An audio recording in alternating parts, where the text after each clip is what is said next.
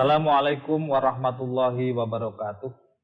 Bismillah, alhamdulillah, assalatu wassalamu ala rasulillah, wala hawla wala quwata illa billah.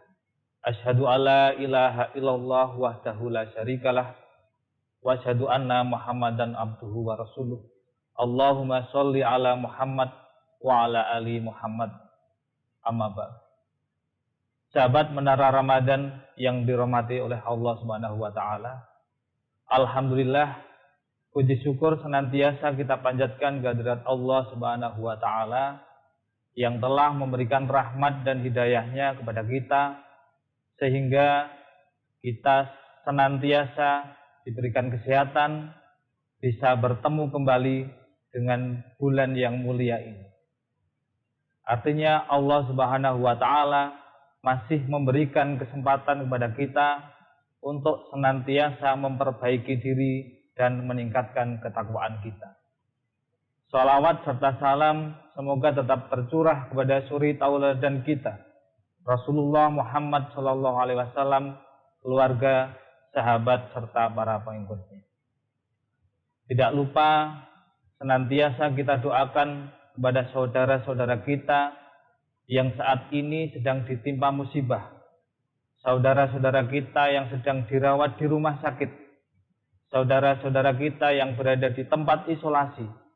Kita doakan semoga cepat sembuh dan cepat pulih seperti sedia kala, serta diberikan kekuatan dan ketabahan. Demikian juga untuk saudara-saudara kita yang terdampak karena adanya COVID-19, semoga selalu sehat, tetap bersabar, dan insya Allah kita semua bisa melewatinya. Amin ya rabbal alamin. Sahabat Menara Ramadan yang dirahmati oleh Allah Subhanahu wa taala, tema yang akan kita bahas pada kesempatan kali ini adalah etos kerja seorang muslim. Suatu ketika Rasulullah bertemu dengan seorang sahabatnya. Sahabat tersebut ketika bertemu dengan Rasulullah menyembunyikan kedua tangannya, sehingga membuat Rasulullah merasa heran dan bertanya. Kemudian Rasulullah bertanya kepada sahabatnya tersebut, "Kenapa engkau menyembunyikan tanganmu, wahai sahabatku?" Kemudian sahabatnya menjawab, karena dia beralasan malu karena kedua tangannya sangat kasar dan bahkan tidak halus sama sekali. Dia bercerita bahwa dirinya bekerja sebagai penebang kayu bakar. Kemudian Rasulullah memegang tangan tersebut lalu menciumnya seraya bersabda bahwa tangan seperti inilah yang tidak akan disentuh oleh api neraka. Ungkapan Rasul tersebut sebagai penghormatan betapa Islam sangat menghargai kemandirian dan mencela perbuatan meminta-minta dan menjadi beban orang lain. Rasulullah sendiri dikenal sebagai pekerja keras. Namanya sudah dikenal sebagai seorang saudagar sejak usia sangat muda, yaitu 12 tahun. Ketika beliau pertama kali melakukan perjalanan ke Suriah bersama pamannya, yaitu Abu Thalib. Dalam perjalanan ini pula, ia bertemu dengan seorang pendeta yang bernama Bahira, yang memberitahu rombongannya bahwa kelak Muhammad menjadi seorang nabi.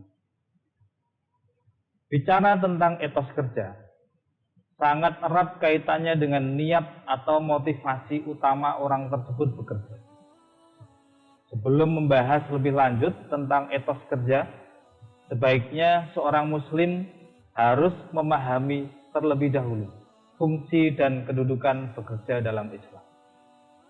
Begitu besarnya penghargaan Islam kepada mereka yang gigih bekerja, mencari nafkah untuk memenuhi kebutuhan diri dan keluarga. Dalam banyak hadis dijelaskan bahwa bekerja merupakan ladang pahala.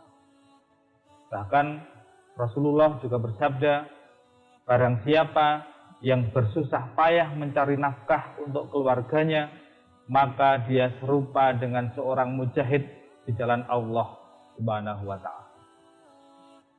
Kemudian Allah juga berfirman dalam surat At-Taubah ayat 105. A'udzu billahi minasyaitonir rajim. Wa qul malu fayasarallahu amalukum wa rasuluhu wal mu'minun wa saturadduna ila alimil ghaibi wasyahadati fayunabbiukum bima kuntum ta'malun. Dan katakanlah, bekerjalah kamu, maka Allah dan Rasulnya serta orang-orang mukmin akan melihat pekerjaanmu itu. Dan kamu akan dikembalikan kepada Allah yang mengetahui akan yang gaib dan yang nyata. Lalu diberitakannya kepada kamu apa yang telah kamu kerjakan. Berdasarkan hadis dan firman Allah tersebut, maka kita sebagai seorang muslim harus selalu meningkatkan profesionalitas kita dalam bekerja. Yang pertama, harus selalu meningkatkan skill atau keterampilan. Selalu meningkatkan knowledge atau pengetahuan untuk menghasilkan kerja yang terbaik. Perlu diketahui bahwa sikap etos kerja seorang muslim yang baik ada 4. Yang pertama, disiplin, tidak menunda-nunda dalam bekerja. Dan jangan lupa sholat 5 waktu harus selalu dikerjakan. Yang kedua, bersikaplah jujur. Yang ketiga, ikhlas dan bertanggung jawab. Walaupun sekarang banyak yang bekerja dari rumah karena memang situasi dan kondisi, tetapi walaupun kita kerja dari rumah harus selalu bertanggung jawab. Dan yang keempat adalah tidak mengambil sesuatu hak yang menjadi hak orang lain untuk kita ambil sendiri. Kalau istilahnya sekarang bisa kita sebut dengan korupsi. Bisa kita bayangkan jika setiap orang berjiwa seperti ini, maka semua bisa terselesaikan dengan baik. Yang terakhir, perlu diketahui, bekerja masuk dalam kategori ibadah ghairu mahdhah. Bukan ibadah mahdhah seperti salat, puasa, zakat, dan haji. Ghairu mahdhah dalam kaidah usul fikih, seseorang boleh memilih bekerja apa saja selama tidak bertentangan dengan syariat Islam.